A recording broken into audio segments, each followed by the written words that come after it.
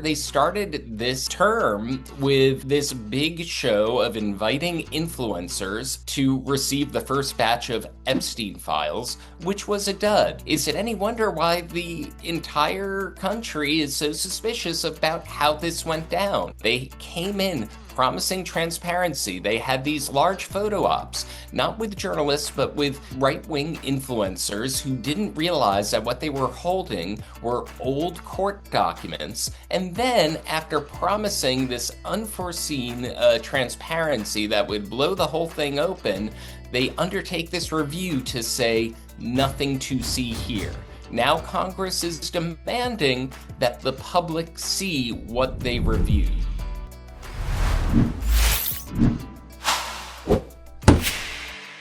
All right, folks, it's time for our favorite podcast, Cut to the Chase. Today, we're going to pull the curtain back on some of the most consequential cases, legal cases, unfolding in America's courts. From the ongoing unsealing of the Epstein files to the legal battle surrounding John Bolton, James Comey, a habeas petition with an immigrant that is Abrego. And, I brought on the guy in the legal political journalism space, Adam Klasfeld. How are you doing today? Doing well, Greg. How are you? All right. All right. So I think top of the line, everybody wants to know what has been revealed with the Epstein files. Is there any smoking guns? All of that. Is there any problematic emails? And where are we with this whole thing? How, like, we're releasing emails? The guy's already dead. How does this all play out? Well, the countdown clock is on since the passage of the Epstein Files Transparency Act, but something that happened just shortly before I came on this show is an initiative by Senator Ron Wyden that is a case to watch here because the Epstein files, as people generally discuss, some people are thinking about the investigative files, but a thread that Senator Ron Wyden has been pulling and that I feel should be getting a little bit more attention is the money trail. In the recent years, there has been a lot of litigation, some of it inside the federal court that I cover, the Southern District of New York. I live fairly close to it and cover it quite frequently, is the victims and survivors of Jeffrey Epstein keep going after financial institutions that they say enabled the scheme. And that's the thread that Senator Wyden is pulling. He is looking for the release of information that might be in the custody of the Treasury Department, particularly FinCEN, what are known as suspicious activity reports. And he's trying to pull the lid on that. And he got the endorsement of survivors in that effort. We will see the 30-day clock is ticking on the investigative file, but it has been many years. I've been covering this case for more than a decade. I was in federal court the day that Jeffrey Epstein was arrested. I actually asked the then U.S. Attorney, Jeffrey Berman, whether it was true that Jeffrey Epstein was a billionaire, and his response was no comment. So there's a lot of intrigue in this, particularly the financial aspect of it. And I have a feeling that this story isn't going to go away. And two, even if there are efforts to try to obscure or redact the information that Congress has demanded become public, that won't be the end of the story. There's going to be more pressure to bear. There's going to be more pressure from folks like Senator Ron Wyden to shed light on the remainder of it that is less the intriguing emails and more the dollars and cents, what transactions were going to which people on what dates and for what purposes. And I think, there's that principle in journalism, follow the money. And that's a slogan that Senator Wyden has pushed throughout his own investigation of Epstein and his dealings. And so let's just say this goes in that direction where Wyden wants it to go. Where are we gonna? What do we accomplish with this? I mean, I know I've read a little bit about J.P. Morgan and their involvement. Like, I'm just going to be a little bit like a devil's advocate. Why involve these banks? What do they have to do with any of it?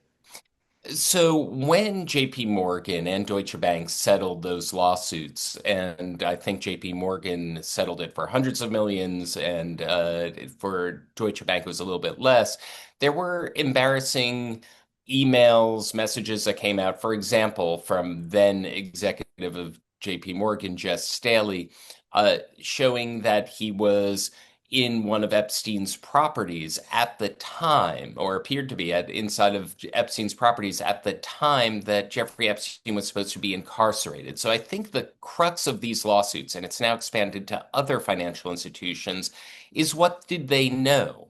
And this goes to uh, issues that go beyond Epstein. If banks seem to be knowledgeable that their institutions are being exploited by people who are using it for predatory purposes, that they need to beef up their oversight and make sure that other people aren't exploited in the same way. There's one thing that's often said about the Epstein investigation, since covering Ghislaine Maxwell's trial, is that investigators called it a pyramid scheme of sexual abuse. And the reason it's described that way is that he would pay young women and girls, uh, often minors, hundreds of dollars to recruit them for massages that escalated into sexual abuse. And then he would pay them hundreds of dollars more to recruit other people.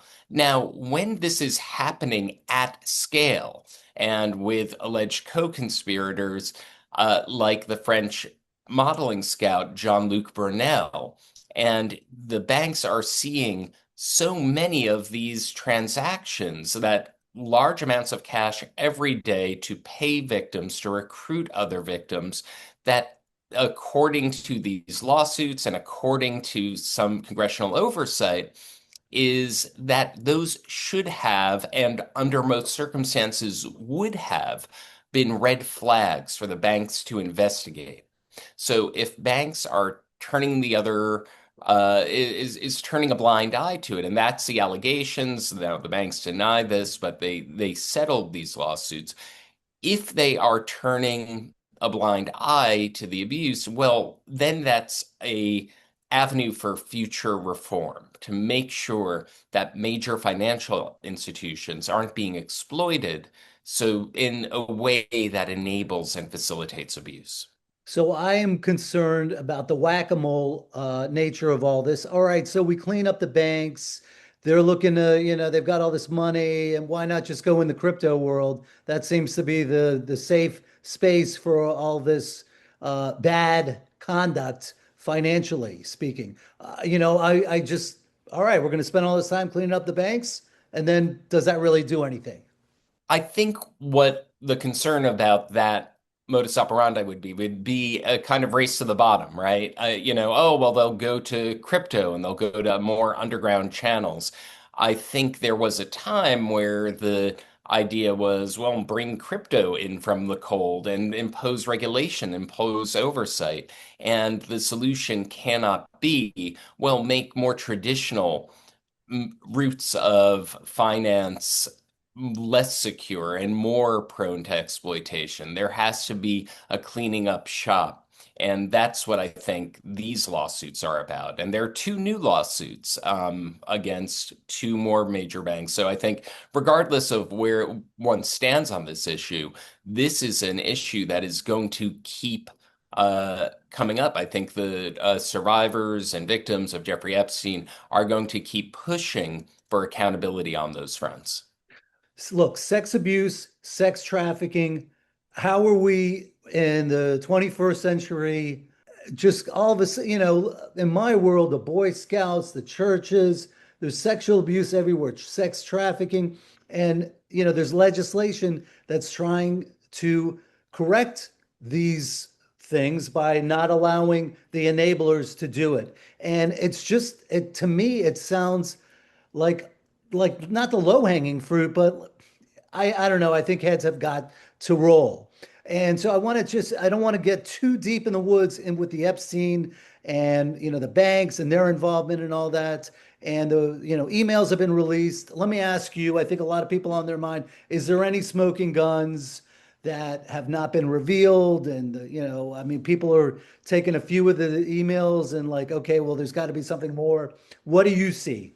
Is there anything you have heard that sounds a little like, whoa, something's there? Well, there's the Rumsfeld quote, the unknown unknowns.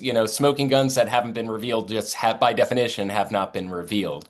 I will say, the transparency that we've seen over the past few months has advanced the public's understanding in ways that certain years there haven't been this much advancement. Take, for example, the birthday book. There were these official denials that there was ever such a thing as the letter. As a matter of fact, Donald Trump had sued the Wall Street Journal and the authors of an article that suggested that he submitted a letter to Epstein's birthday book. And lo and behold, the birthday book gets released in its entirety, and there's a letter inside the birthday book that matches to the T the Wall Street Journal's reporting. And the fact that this was strenuously denied, continues to be strenuously denied, shows that this has already brought the information to light. Anyone listening to or watching this program can go through the birthday book, not only looking at the letter signed by Donald Trump, but also any of the other entries in that book. So, are there other things like that? It's tough to say what isn't in the investigative, what is in non-released records. I will say, from my conversations that I've reported on with attorneys for some of the victims and some of the survivors, there are definitely some FBI interviews that the attorneys for those people think will be illuminating to the public. They're pushing for the release, and we'll just have to see what turns up.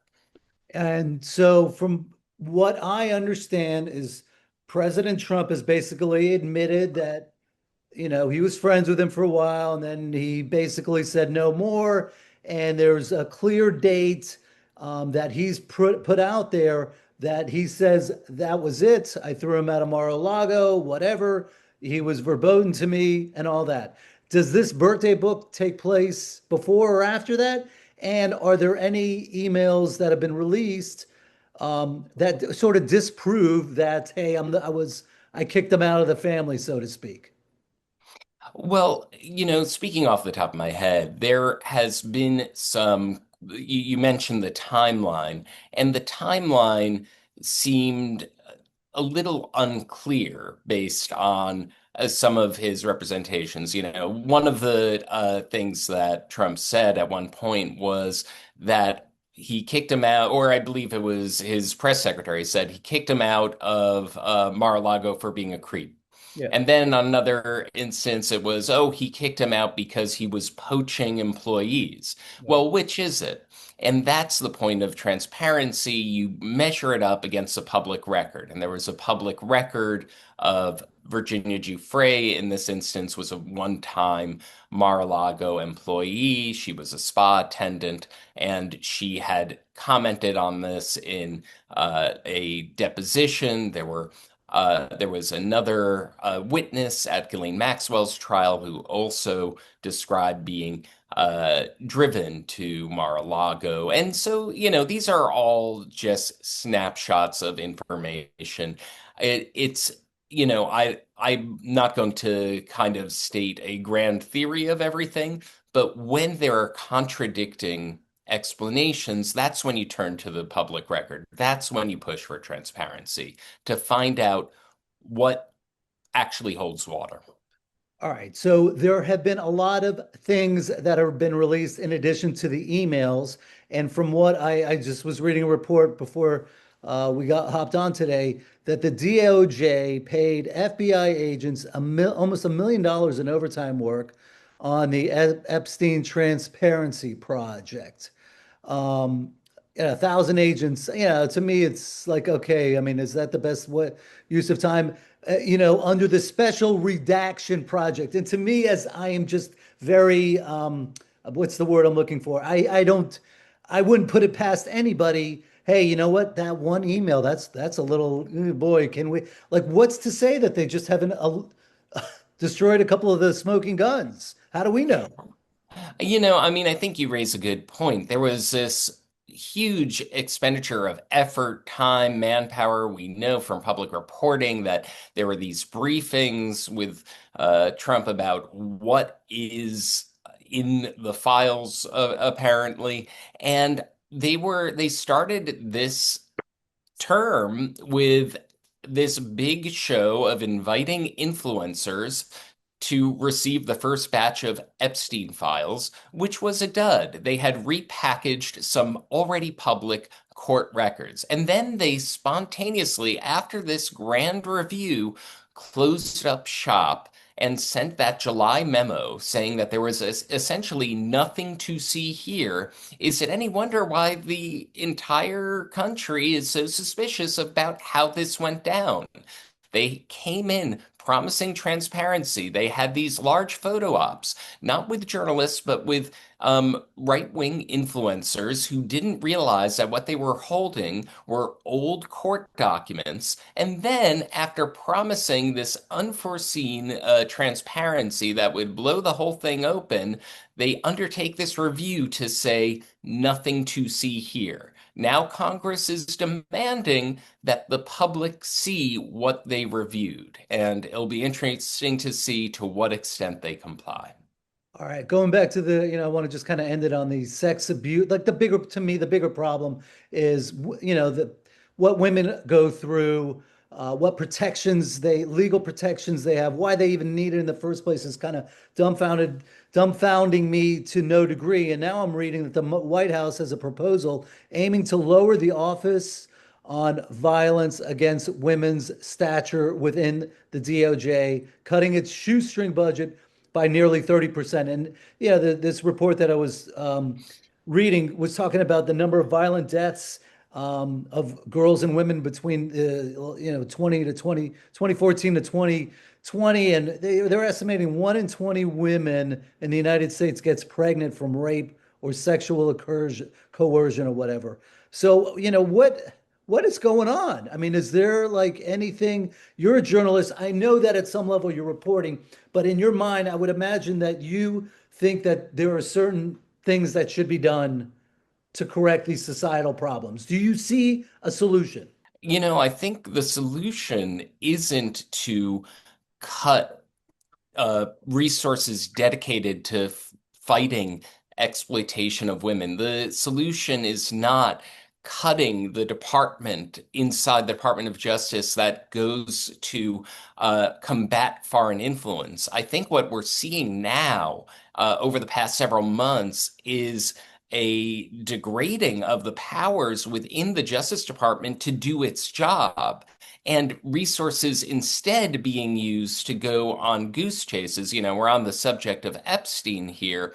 We had two federal judges saying that the Department of Justice, up to very senior levels, was engaged in a diversion over the Epstein files. Two federal judges in the Southern District of New York saying that by trying to claim they were pushing for transparency over grand jury records, that they were pushing a diversion over the type of files that they could shed light on. And it's certainly not a good use of resources to have their top lawyers go into court to create a public diversion. So I think the solution is act the way a law enforcement agency is supposed to act. It's supposed to enforce the law. It's not supposed to create spectacle. It's not supposed to engage in cover-ups, as has been accused of this Department of Justice, or engage in diversions, in the words of two federal judges.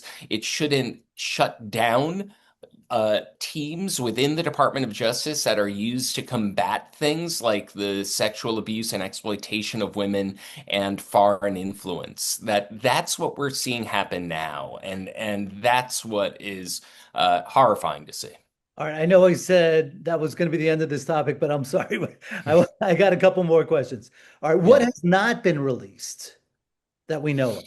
Well, the FBI interviews is what I hear from, these are things that are generally, if the Transparency Act is followed by the federal government, I expect we will see redacted transcripts of FBI interviews that when they spoke to some of the victims and survivors, the redactions will redact the identities. At least that's what the law requires. That's what the law that was passed requires.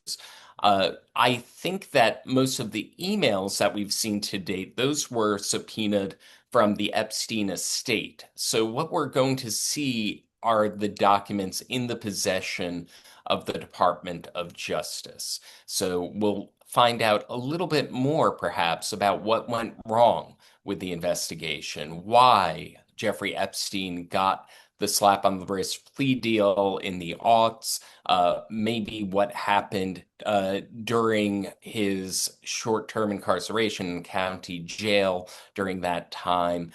Perhaps we'll see the how seriously investigators took the accounts of the victims. We've gotten glimpses of some of this before from the DOJ's Office of Professional Responsibility, the OPR report.